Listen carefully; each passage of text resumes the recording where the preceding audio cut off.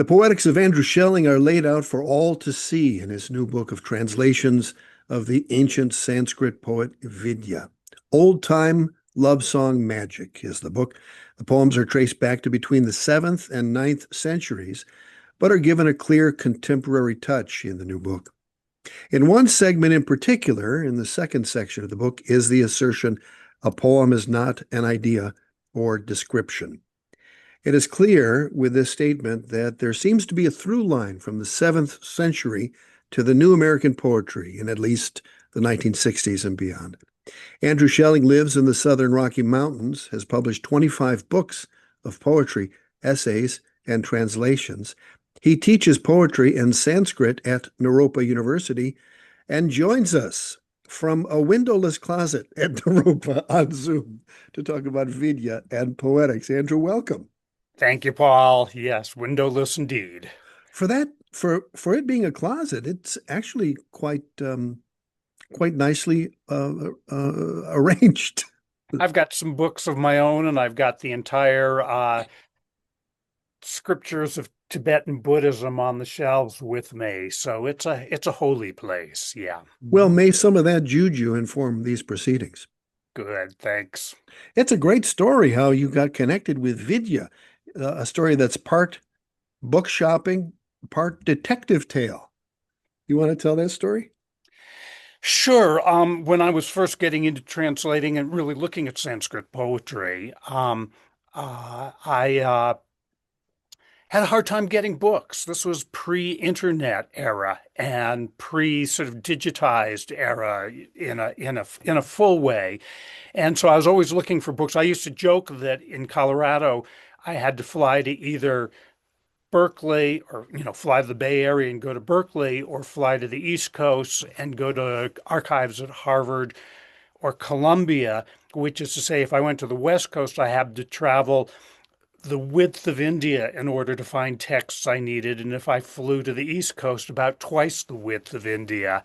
In 1993, I was in India and I was in a sort of state partway down the Bay of Bengal called Orissa State and in the town of Bhubaneswar and went into a bookshop which was uh, modern looking. It turned out to sell mostly mathematics books and architecture and that sort of thing, engineering.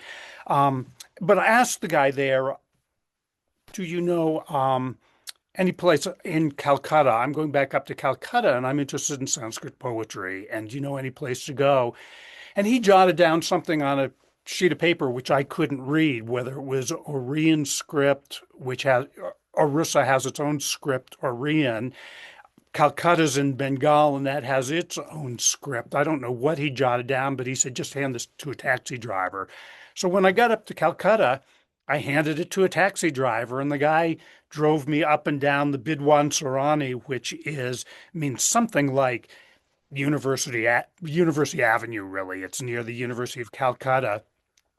Old buildings left over from the British Raj with deep arcades, very smoky and dark. And in front of the arcades, vendor carts, mostly street food, but also people who could repair a tire for you or extract a tooth for you. A lot of people just on the streets there. And at some point, the taxi driver stopped, led me out of the car, and back of one arcade, somebody had smashed a hole in the wall, probably with a sledgehammer, removing the stones there and the masonry. And he gestured. So I stepped through into a little courtyard that had quite a bit of trash blowing around. And I ducked into a stairwell and went up 3 flights to a very dark, cramped bookseller's quarters.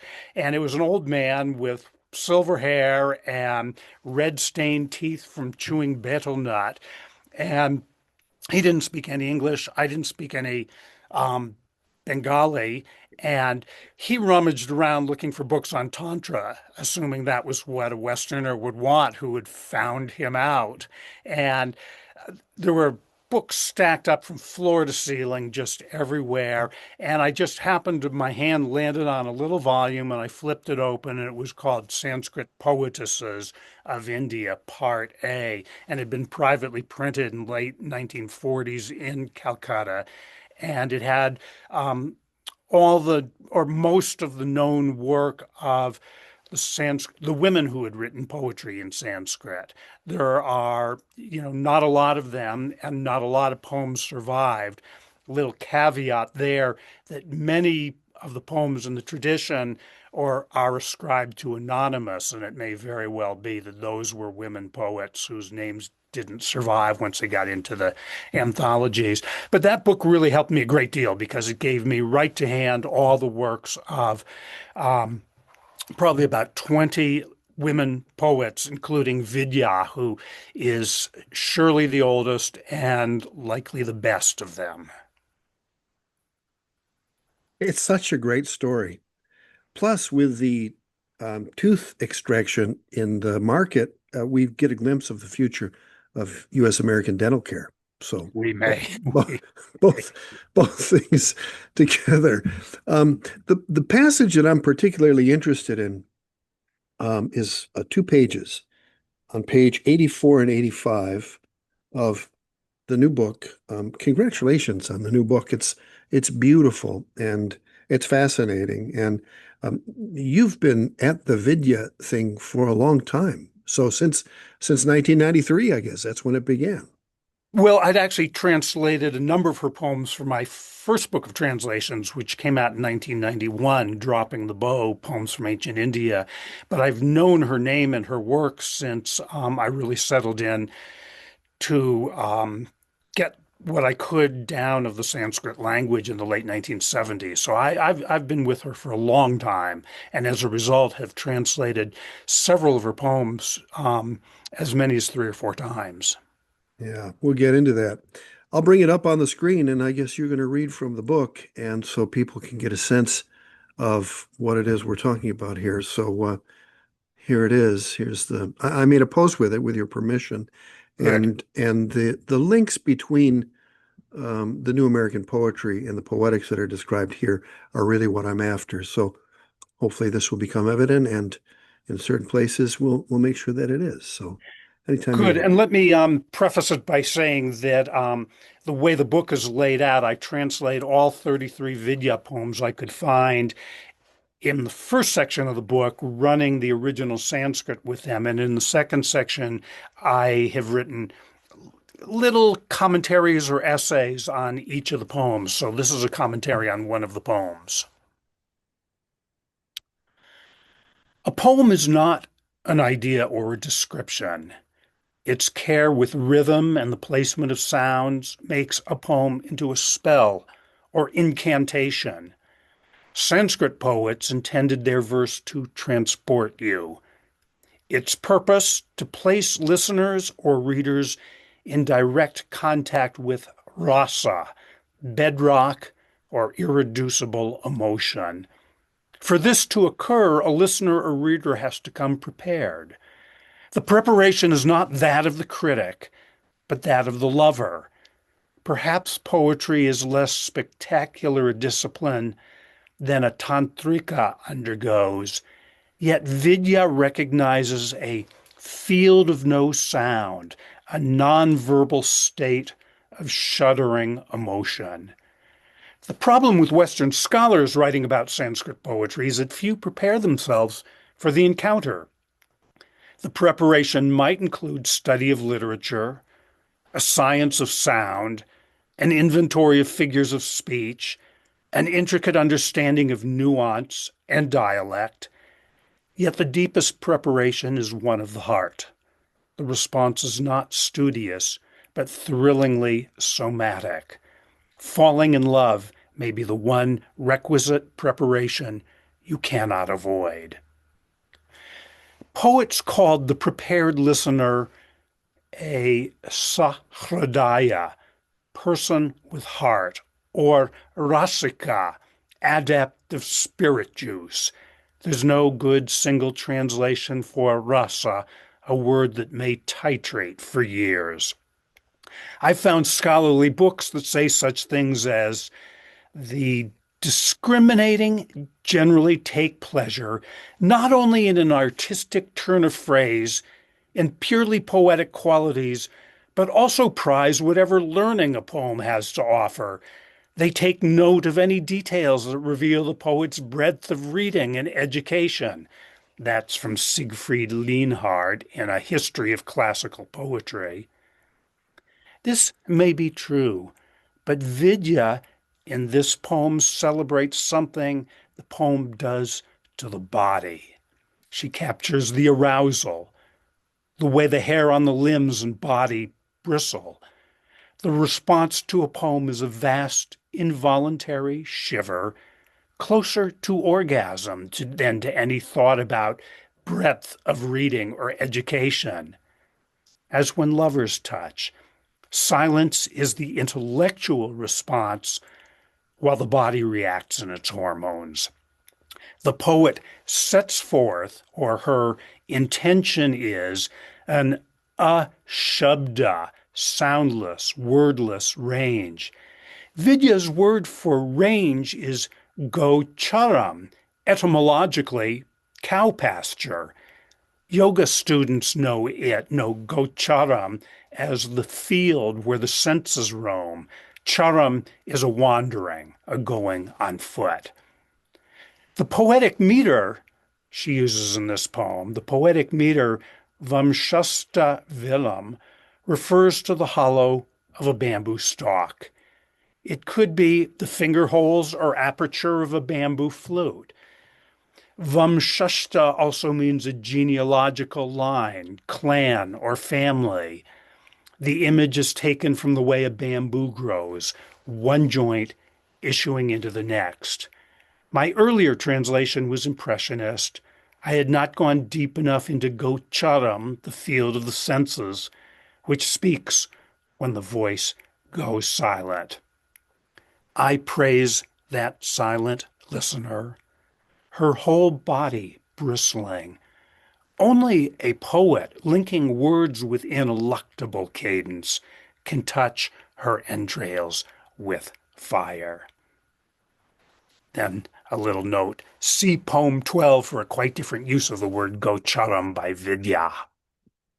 We'll have to leave that one for people to discover on themselves, by themselves, I should say. You mentioned rasa, or irreducible emotion. You also write that the reader needs to come prepared. Can you talk about the concept of rasa and also the demand that readers come prepared, which seems to me in opposition to everything in our microwave oven culture? Well, those are two big orders of discussion, but simply rasa is the key word in Sanskrit poetry, and I have often tried to include it in essays and talk about it in ways because it's not something unique to India. Rasa is, as I said in my sort of very brief translation there, a kind of irreducible emotional territory. And in India, the poets parsed them out and defined about 8, 9, or 10 of these emotional territories, and saw them as what a work of art was really trying to put you in touch with. One of the interesting things about the rasa, is that it's considered completely impersonal. Let me give you an example. If you pick up Shakespeare's Macbeth, and when the murder is about to happen of Macbeth and the owl cries out and Macbeth is moving as though in a trance towards the dagger he's going to use, there's a wave of terror and revulsion that moves through an audience watching that moment on stage, reading that moment in the book. Where does that emotion exist? It'd be ridiculously egotistical to say it's in me, because you feel it also, Paul. But to say it's in us also feels very limited. Is it in Shakespeare? He's been a pile of bones for 500 years. Is it in the words on the page? Well, when the book's closed, what happens to it? So there's like a bedrock level of emotion that the Indian poet saw, which a poem touches, connects us to, really. It's not our emotion, but we share in it. What we speak of as our emotions, our love, our cheerfulness, our despair, our melancholy, all of those are just flickering, um, in a way, reflections of the deep emotions. And they play through our lives in the way that we go through different moods in a day. But each of those moods is sort of a reflection in us of these bedrock emotions. Frequencies, you might say. Frequencies, yeah. Hmm. Yeah. Hmm. And then the second part of that question was this demand that you talk about that readers come prepared, um, and the kind of culture we're in, where we scream at them. Somebody described it as we're a culture that screams at the microwave to hurry up. For instance, we want everything yesterday, or Hmm. we can't be bothered with it. So it would seem very much that take very much in opposition. Of course, it's from the seventh, eighth, or ninth century. We've not been able to determine it any more closely than that. Still, one could say, well, that's the way it was 1,300 years ago, and it's different now.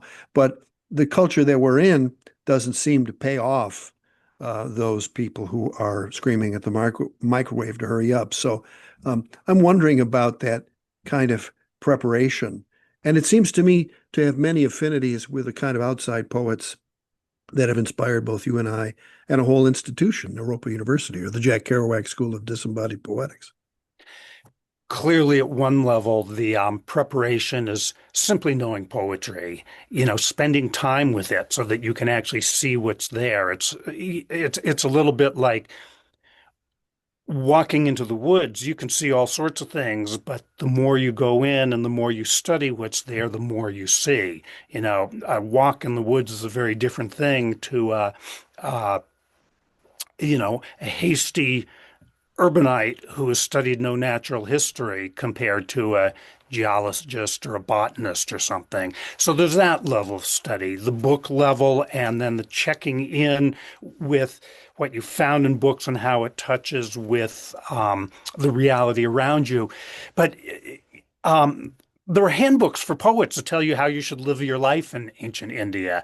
And it includes substantial time during the day for reading and study, substantial time for writing, but also substantial time for making love, substantial time for nourishing yourself, substantial time for adventuring and traveling, going on pilgrimage.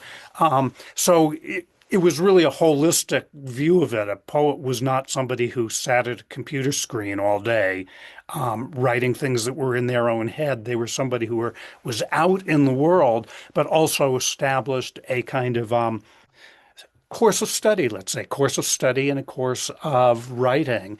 And so when the Indian poets say that the rasika or the sahrodaya went through comparable training, it meant that you lived your life like a poet. Maybe you didn't necessarily accomplish the type of poetry that Vidya did, but the idea was that she was writing for people who were ready to receive the poetry. Yeah, you talk about the specific qualities they look to in a reader. You also say that the deepest preparation for appreciating Vidya involves the heart. And it seems to me that this preparation has a lot in common with the 20th century quest of open form, of becoming more open.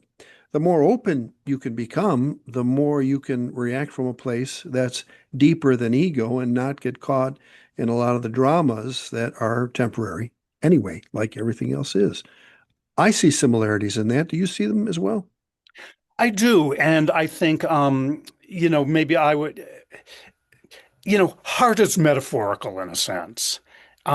In fact, so is our whole body like built out of metaphors. So I would shift the metaphor a little bit now and say, how about ear? When Charles Olson says, by ear, he said, going by ear. And one of the things that has uh,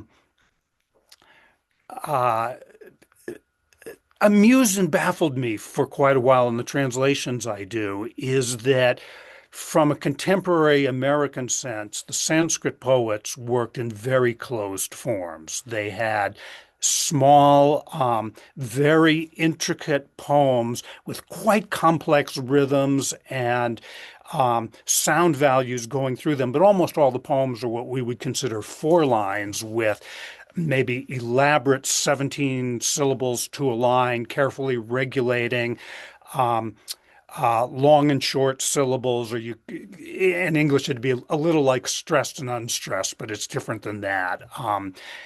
So the prosody is very, very contained there in India, but these long rhythmic patterns remind me a great deal of classical Indian music, tabla playing, for instance.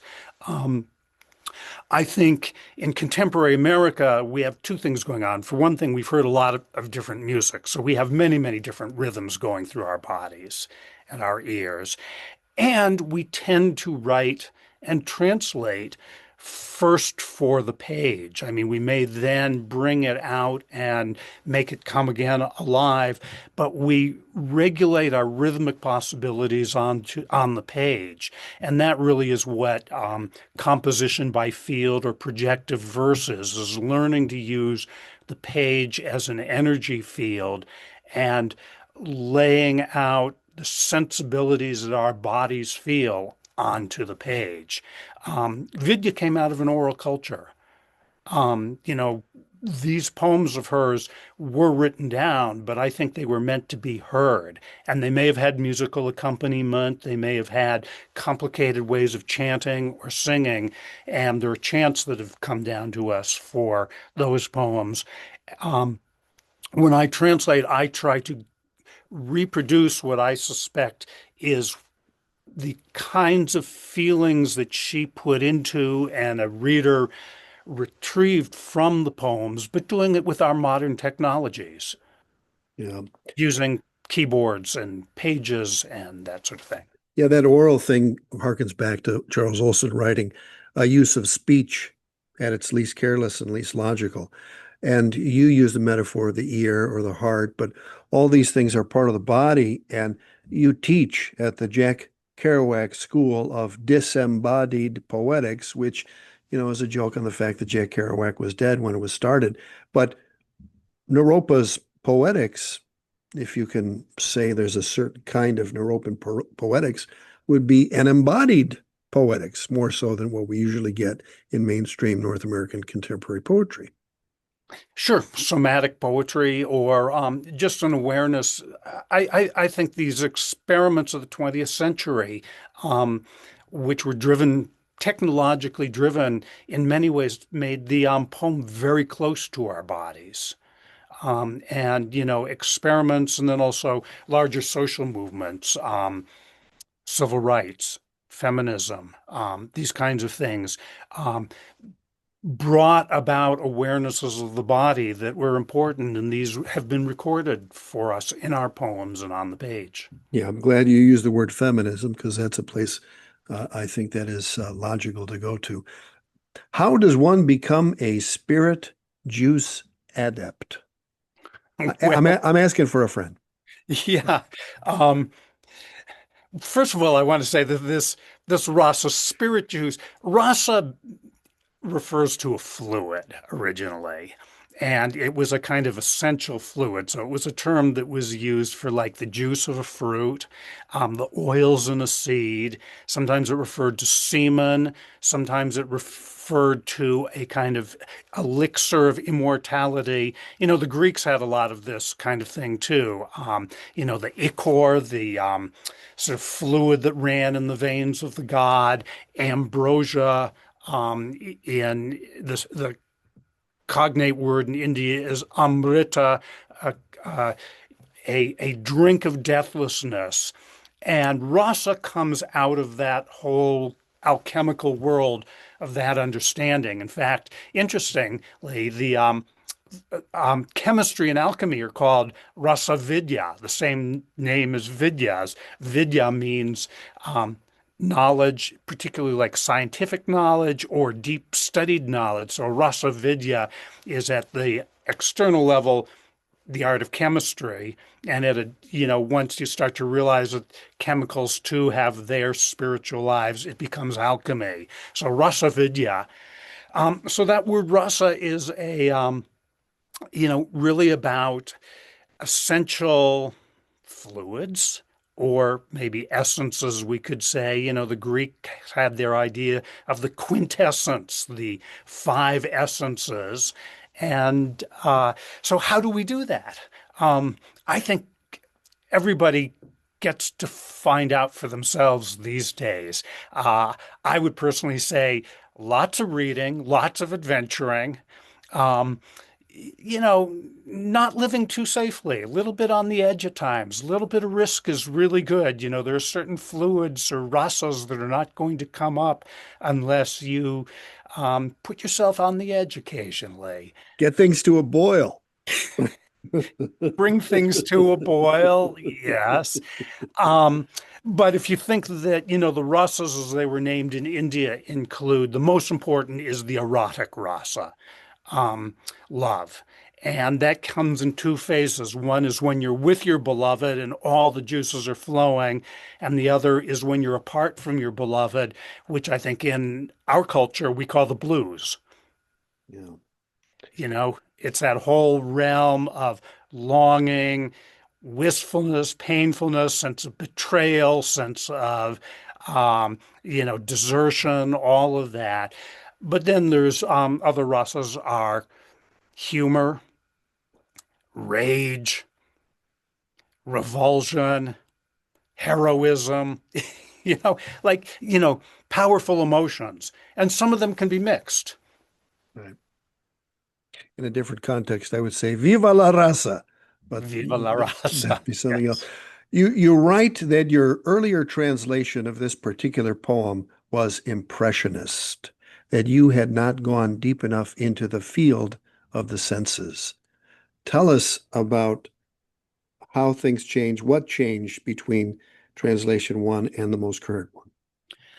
All translations change over time if you keep going back to the same poems because you see more and more. And sometimes it's just a question of meditating for a long, long time on certain terms. And my knowledge of Sanskrit was less evolved when I first translated it. And I just couldn't see any way to stay quite so true to Vidya's words. I knew what she was talking about.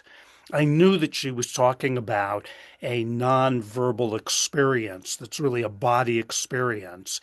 And many of the Sanskrit poets talk about, they sort of loved what a poem could do to you because it stirred your body, turned you on, you could say, put you in a rage, it put you in it made you weep, it made you laugh. All of these things, are where you think of that, how, and that takes some training too.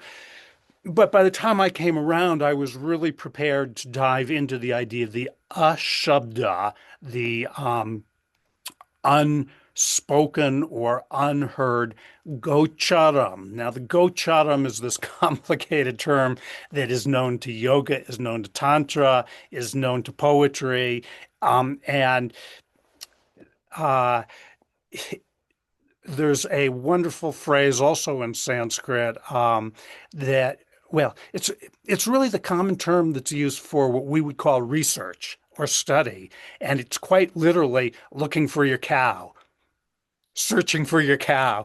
So to me, that means you have to be a tracker.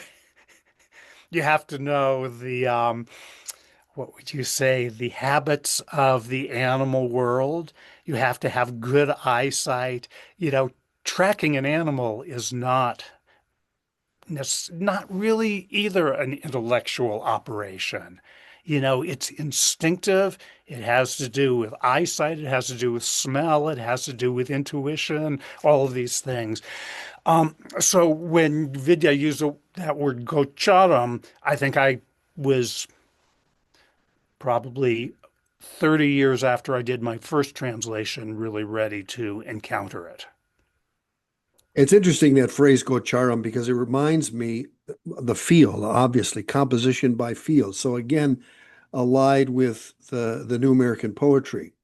And so many different parallels, which is why when I read this, I'm like, I have to give this to workshop participants because I think it's a different angle of understanding a kind of poetics that the New American poets were after, something that goes beyond the field of the ego. So Yeah. many alliances there.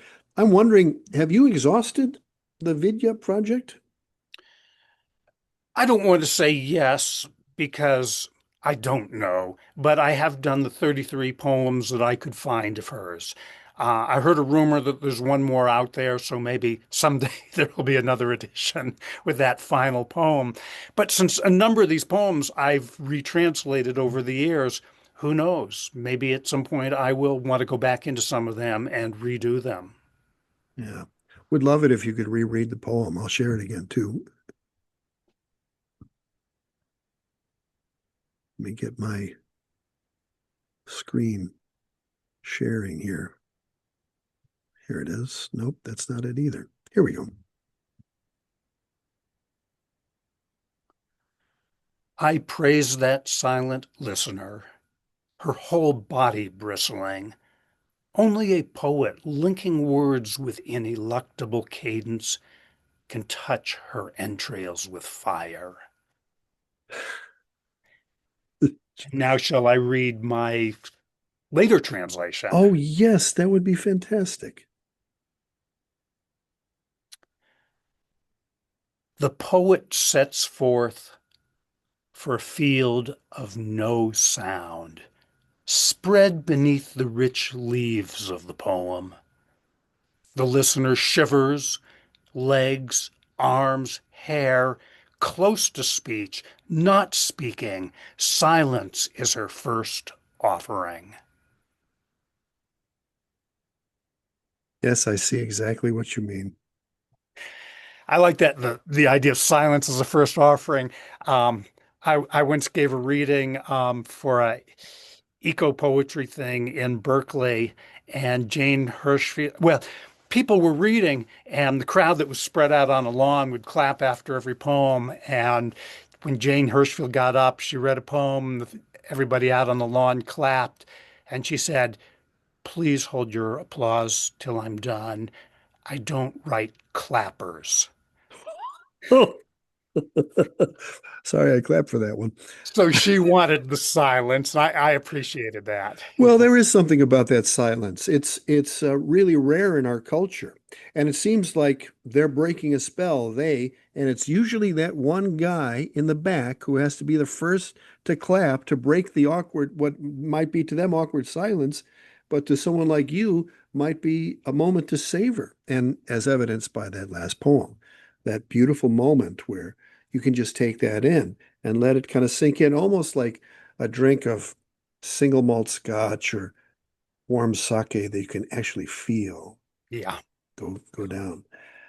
This one last question that I didn't prepare to ask, but comes up now, is that 1991 to 2025, um, do the math, 34 years of tracking this particular poet. Ed Sanders talked about the multi-decade research project.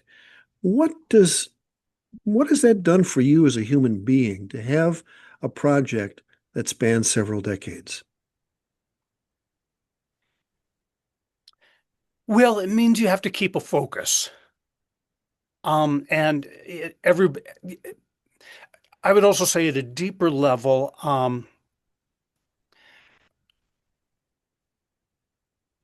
contemporary people, let's say contemporary people who are interested in literature, let's say contemporary people who are interested in poetry, um, the world is available to us in a way it has not been before. Um, and we sort of build our own lineages, and these are intuitive, these are instinctual, we go by heart. Our real lineages aren't the poets people have told us to read. They're the people we found on our own who really speak to us.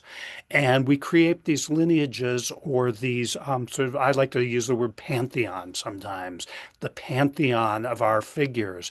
I'll look at, I see the books behind you, and to me, a person's bookshelf is like a mandala of our consciousness in a way. These are our pantheon. This is our lineage, and so it doesn't surprise me that we have, a limited number of writers whose work really we hold close through our whole lives and go back to it again and again and again because these are our teachers. They're living beings who speak to us. They may have lived like Vidya 13, 1400 years ago, but a living being through their poem. There's another poet I've translated, Bhartrhari, and he talks about the body of language. And he says something like, the thing about poets is we become immortal through the body of language. Again, it's language is not mine, it's not yours, but there's a place there where, you know, there's living spirit inside of those words. Why is it we can open Sappho or Shakespeare or any of a number of people and feel that presence and feel like that person? They're speaking to you. They are speaking to you. It's a field to which we've been given permission. It's a field to which we've been given permission. Yes. Yeah. And who gives permission, we don't know, but we find it for ourselves. Well, thanks to them. Amen. Vidya, Old-Time Love Song Magic, translated from the Sanskrit by Andrew Schelling. It's published by Circumference Books, distributed by Asterism, and we've had several of these sessions going back, I don't know, since at least the year 2000, I think. So this tracking what you've done for me has been a multi-decade research project, and it's one that is dear, that is never disappointing, that is always interesting and fascinating and well researched and executed, and it's a real gift. And I remember saying this last time. It's a real gift to have access to any of the folks I've interviewed, but especially you, with this being the fifth or sixth time we've had a similar kind of chat. And I do not take it for granted. I am really grateful for it. And it's quite a blessing to have this kind of dialogue, Andrew. So thank you for that, and may it continue. Well, thank you, Paul, and thank you for leading me with some good ideas and good questions, even if they're tough ones. I love the tough ones.